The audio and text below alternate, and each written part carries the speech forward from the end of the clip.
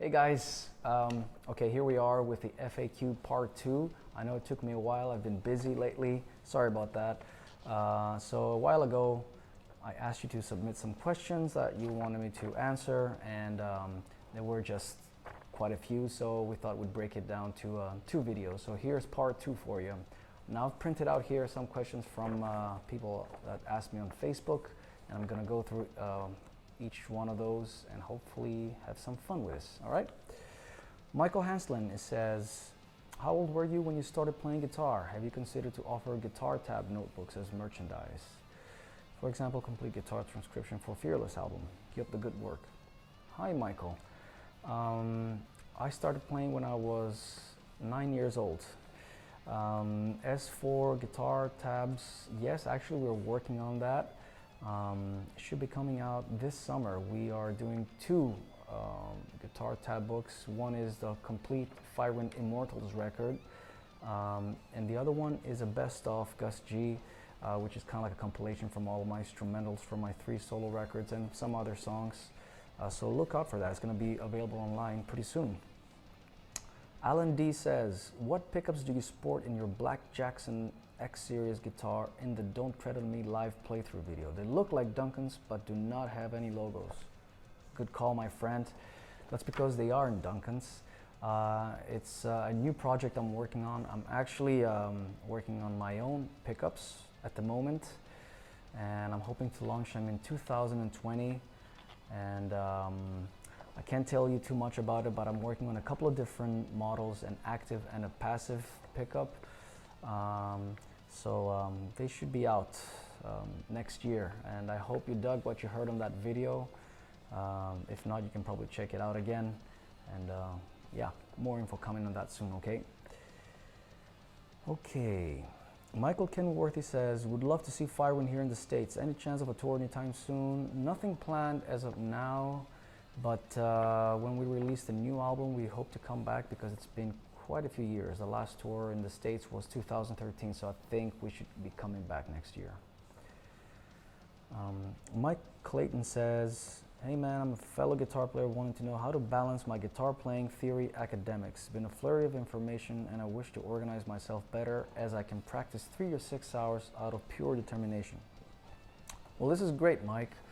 I would suggest that you try to utilize your time in the best possible way by breaking it down to different sections. Maybe you know, do half an hour of chords, half an hour of scales, half an hour of improvising or jamming, half an hour of practicing your rhythm skills, all kinds of things like that. I used to do that back when I was a kid, and it really worked out actually. I would say, okay, I will learn something new today, like maybe a new chord or a couple of new chords or a new scale or a new pattern, or practice on my picking.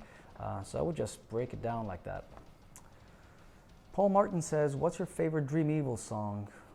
Actually, there's quite a few of those. I think that band had some really good songs. Children of the Night is one of my favorite ones. Break the Chains, Chasing the Dragon, The Chosen Ones, a lot of good stuff.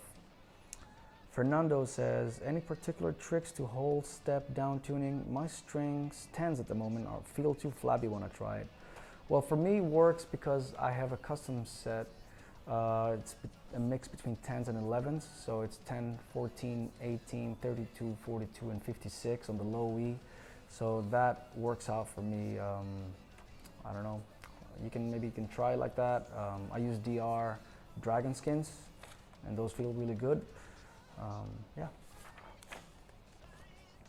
Ari Van Boven says, what is your next item on your bucket list? Make a new Firewind record and a damn good one. Yeah. Matt Ian Fowler says, I've been struggling with motivation to write and play music. I feel very uninspired. Have you ever felt disconnected from your music, and how did you overcome it if you did? Hi Matt, yes, of course I have felt uninspired many times, and you know, when that happens, I just put the guitar to rest for a while. I go do something else, you know, go see some friends, maybe watch a movie, just don't think about music. And eventually it comes back to you, you know, the urge to play guitar. Sometimes I put the guitar down for a week and then it'll be like, oh, I'm itching to play again, and then something cool comes back. So don't worry about that too much, you know. Okay. Volviv Mon says, how does your songwriting process usually go? Do you base song on one basic idea, riff, and then build a song on that foundation, or you make riffs and mend them after together? Well, I actually use both ways. Sometimes a song writes itself and it's really easy and I can just come up with the riffs in 10 minutes. And sometimes I'll just have to, do half an idea, maybe just a riff, and then I'll leave that, I'll make a demo and then come back later, a few months later, and then just maybe merge that idea with another idea that I have and complete the song. There's no specific way of doing it. Stephen Prigg says, you favor your third finger and hardly use your pinky. Do you find this limits you? Is there any reason you don't stick to one finger per fret beyond preference? I read in an interview that you use the early Paul Gilbert tuition bids. He obviously uses his pinky loads. Yes, he does. And I did learn a lot from Paul and his home videos back in the day. However, I do not use my pinky when I do the traditional 3-note per string scales. I don't know why, it just came natural to me that way to use these 3 fingers. But I do use my pinky when I do wider stretches. Yeah, so I don't think it limits me personally, because whenever I want to play something, I go for it, and then if that requires for me to use my pinky, I will just practice until I get it right. Michael Sarah says, what is your favorite Japanese food and what is your most favorite metal band? Sushi and Black Sabbath. Can't go wrong with that. Okay, R.S. Anthony, what do you think is the most important piece of music theory knowledge that every guitarist should know? I don't know, man. There's a lot of stuff that are basics. I think knowing your intervals, what is a major third and a minor third, and basically, that's like how to distinguish a major from a minor chord. That is very important. Or knowing your scales, your relative majors, minors, knowing your modes. It's not just one thing. But then again, I know a lot of players that don't know shit about all these things, and they are amazing players. Okay guys, that's it for today. Thank you for tuning in, and thank you again for sending these questions. Don't forget to subscribe to our channel, and I'll see you on the next video. Oh, and don't forget to post some comments down below, so maybe that gives me an idea of what to do next, if I can make a video that can help you guys out. Okay, see you next time.